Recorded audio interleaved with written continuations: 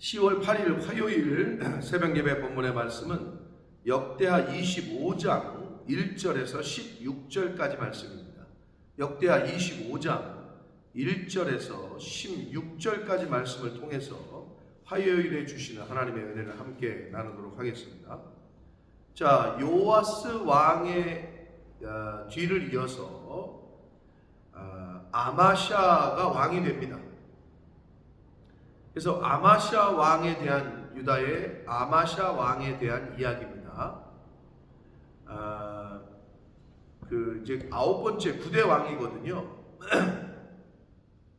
이 유다의 9번째 왕인 아마샤 왕에 대한 이제 기록이 오늘 말씀에 기록이 되어 있는데, 이 아마샤 왕도 요아스 왕처럼 처음에는 좀 그래도 정직하게 왕이 되고 나서 하려고 하다가 결국에는 또 하나님이 원치 않고 실수하고 쓰러지고 넘어지고 그러한 모습을 보여요. 그러니까 어떻게 보면 계속 똑같은 패턴이 반복되는 것 같은데요. 이게 뭘 우리에게 교훈하냐면 우리도 똑같다는 거예요. 저와 여러분의 모습을 보면 정신 똑바로 못 차리면 신앙생활 하는 것 같은데 내가 신앙생활 하고 있는 건지, 하나님의 말씀대로 산다고 하는 것 같은데 그렇게 사는 건지, 내 모습, 우리의 모습이 지금 이들의 모습과 별반 다른 게 없다는 거예요. 그러니까 그거를 발견해내서 이러니 나도 정신 똑바로 안 차리면 이렇게 될 수밖에 없다라는 거. 그래서 매일매일 하나님을 붙잡고 말씀을 듣고 읽고 그 말씀이 내 안에서 역사하실 수 있도록 하지 않으면 우리도 언제 어떻게 넘어질지 몰라요. 그거를 매일매일 교훈하신다, 이렇게 보시면 돼요. 아마샤 왕은 어땠는지 기록을 통해서 한번 보도록 하겠습니다. 1절입니다. 아마샤가 왕이 오를 때 나이가 25세라 예루살렘에서 29년 동안 다스렸다. 그의 어머니의 이름은 여호 아따리요 예루살렘 사람이다. 아마샤 왕의 기본적인 인포메이션을 제공하고 있습니다. 2절 봅니다. 아마샤가 여호와께서 보시기에 정직하게 행하기는 했다. 그래도 정직하게는 행하기는 했는데 온전한 마음으로 행하지는 아니했다라고 성경은 기록하고 있어요. 여러분, 이거 잘 우리가 새겨드려야 될 말씀입니다. 하나님 앞에서 정직하게는 했으나 온전한 마음으로 행하지는 않았다. 이 말은 뭐냐? 온전한 마음이 그러니까 100%가 아니어도 흉내는 낼 수 있다, 이 말이거든요. 그러나 하나님은 온전한 마음으로 원하셔요. 여러분 같으면 여러분의 남편이나 여러분의 여자친구나 남자친구나 아내가 온전하게 100% 마음을 나에게 두기를 원하지, 나에게 90%, 다른 남자에게, 다른 여자에게 10% 이렇게 나눠 가지고 있으면 좋으세요? 안 되죠. 똑같은 거예요, 사실. 온전한 마음으로 행하지는 아니했다라고 평가합니다. 3절, 그의 나라가 굳게 섬에 그의 부왕, 즉 요아스 왕을 죽인 신하들을 죽였어요. 자신의 왕이 되고 자신의 왕 통치권이 좀 견고해지자 아버지를 죽였던 신하들을 처단합니다. 자, 그들을 죽였으나 그들의 자녀들은 죽이지 아니하였으니 이는 모세의 율법책에 기록된 대로 했다. 곧 여호와께서 명령하여 이르시기를 자녀로 말미암아 아버지를 죽이지 말 것이요 아버지로 말미암아 자녀를 죽이지 말 것이라. 오직 각 사람은 자기의 죄로 말미암아 죽을 것이다. 이 모세의 명령한 대로 연대 책임을 묻지 않는다. 아버지 때문에 자식이 죽거나 자식 때문에 아버지가 죽게 되는 그러한 연대 책임을 묻게 하지 말라라는 말씀을 따라 자식들은 죽이지 아니했다. 기록합니다. 5절 봅니다. 아마샤가 유다 사람들을 모으고 그 여러 족속을 따라 천부장들과 백부장들을 세우되 유다와 베냐민을 함께 그리고 20세 이상으로 계수하여 창과 방패를 잡고 능히 전쟁에 나갈 만한 사람 30몇 명을 이제 모았어요. 에돔과의 전쟁을, 에돔 정벌을 위해서 이제 전쟁을 선포하고 사람을 모았는데 사람이 부족했나 봐요. 그래서 북이스라엘 사람들 북이스라엘 나라의 사람들을 용병으로 써요. 6절 또 은 100달란트로 이스라엘 나라에서 큰 용사 10만 명을 고용했다. 부족하니까 용병을 돈 주고 샀어요. 7절 어떤 하나님의 사람이 아마샤에게 나와서 이르되 왕이여 이스라엘 군대를 왕과 함께 가게 하지 마십시오. 즉 북이스라엘 사람들을 참여하게 하지 말라는 거예요. 왜냐? 여호와께서는 이스라엘 곧 온 에브라임 자손과 함께하지 아니하신다. 북쪽 이스라엘은 우상을 숭배하고 이미 많이 타락했기 때문에 그들과 함께하는 거 원치 않으신다. 즉 이 말은 결국은 하나님을 의지해야지 왜 사람을 의지했냐 이 말이거든요. 8절 왕이 만일 가시거든 힘써 싸우소서. 하나님이 왕을 적군 앞에 엎드러지게 하실 겁니다. 하나님은 능히 돕기도 하시고 능히 패하게도 하십니다.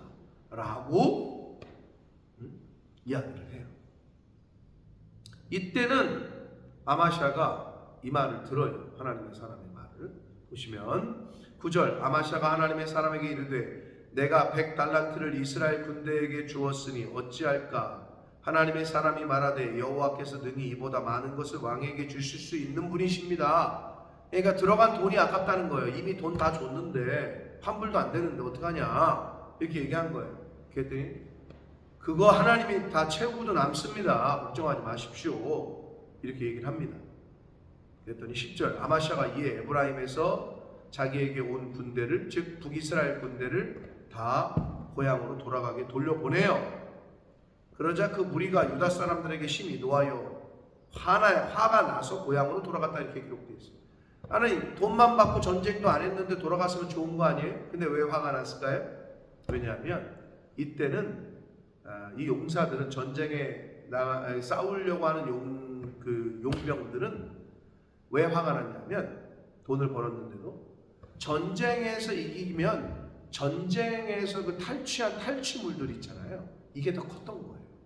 금을 빼앗고 보석도 빼앗고 이걸 다 자기들이 가져갈 수 있었고 그러니까 그거를 못한다는 어떤 그런 것 때문에 못하게 됐다는 것 때문에 화가 나요. 또 화가 나서 돌아왔어요. 어찌됐건 아마샤는 하나님의 사람의 충고를 들은 거죠. 11절 아마샤가 담력을 내요. 용기를 내서 그의 백성을 거느리고 소금 골짜기에 이르러 세일 자손 10,000명을 죽이고 유다 자손이 또 10,000명을 사로잡아 가지고 바위 꼭대기에 올라가서 거기서 밀쳐 내려뜨려서 그들의 온몸이 부서지게 했다. 아무튼 전쟁에서 이겼어요. 이 아마샤가. 13절 아마샤가 자기와 함께 전쟁에 나가지 못하게 하고 돌려보낸 군사들 북이스라엘 군사들이 사마리아에서부터 베토론까지 유다 성읍들을 약탈하고 사람 3,000명을 죽이고 물건을 많이 노략해. 그러니까 이들은 내가 볼 때는 완전히 그 전문 용병들인 것 같아요. 왜냐하면 에돔 다른 나라 족속들과 전쟁에서 그들을 죽이고 물건을 빼들어오는 건 그렇다 치지만 어떻게 보면 같은 민족인 유다의 성읍들을 약탈하고 3,000명을 죽이고 물건을 노략하는 짓을 범하게 돼요. 열받았던 거죠. 우리를 다시 돌려보내 두고 보자 했던 거예요. 14절 아마샤가 에돔 사람들을 죽이고 돌아올 때에 세일 자손의 신들을 가지고 왔다. 그냥 금이나 가지고 오지 왜 그들의 우상은 갖고 오냐고요. 그죠? 근데 인간의 연약함이에요. 그게 좋아 보였나 봐. 그 우상이 좋아 보이는 거예요. 그 마음은 이 안목의 정욕 이거는 아담과 하와 때부터 있었잖아요. 탐스럽기도 하고 먹음직스럽기도 하고 이거에 넘어갔어요. 아마샤가 세일 자손의 신들을 가져와서 자기의 신으로 세우고 그것들 앞에 경배함을 분양했다. 왜 이런 헛짓거리를 하냐라고 생각되잖아요. 우리도 똑같다니까. 에돔 사람의 세일 자손들의 신들을 가지고 와요. 여러분 우리 주변에 있는 신 중에 가장 강력한 신이 만몬입니다. 물질의 신. 돈을 신으로 신격하고 있다. 여러분 잘 생각해 보세요. 나는 어떤가? 진짜 하나님이 먼저인가? 돈이 먼저. 15절 그러므로 여호와께서 아마사에게 진노하사 한 선지자를 그에게 보내시니 그가 이르되 저 백성의 신들이 그들의 백성을 왕의 손에서 능히 구원하지 못하였거늘 왕은 어찌하여 그 신들에게 구하나이까? 라고 얘기를 해요. 그런데 에돔과의 전쟁에 나가기 전에는 그래도 하나님의 선지자의 말을 들었거든요. 근데 이 아마샤가 우상 신을 가지고 와서 우상에게 경배했다 했잖아요. 영적으로 지금 획가닥한 거예요. 그랬더니 이번에는 하나님의 선지자의 말을 16절 선지자가 아직 그에게 말할 때 왕이 그에게 이르되 우리가 너를 왕의 모사로 삼았느냐? 야 네가 뭔데 감히 나에게 충고질이야? 한마디로 이거예요. 그치라 네가 아주 맞으려고 아주 죽으려고 환장을 했구나 이 말이에요. 어찌하여 맞으려 하느냐 하니 이 선지자가 하나님의 말씀을 듣지 않는 것을 보고 하나님이 아마샤를 버리셨구나 라고 직감합니다. 선지자가 그치며 이르되 왕이 이 일을 행하고 나의 경고를 듣지 아니하니 하나님이 왕을 멸하시기로 작정하신 줄 아노라 하였더라. 사랑하는 성도 여러분, 아마샤 왕의 행한 일들을 역대기 기자가 중요한 포인트를 오늘 여기서 기록해서 오늘 우리가 지금 함께 읽고 묵상하고 있습니다. 처음에는 하나님의 선지자의 말을 들었어요. 돈이 아까운데 하나님이 이거보다 더 큰 걸 주실 겁니다. 야 우리가 우리 힘으로 싸울 수 있을까? 하나님은 패하게도 하시고 돕기도 하시고 이기게도 하십니다. 하나님의 선지자의 말을 듣고 그래도 순종해서 자기들 힘만으로 이겼어요. 하나님이 이기게 하셨어요. 그러면 하나님께 감사해야지 왜 거기서 우상을 가지고 와서 그 우상에게 감사하고. 근데 우리도 우리 주변에 그럴 수 있어요. 하나님이 주신 은혜가 있어요.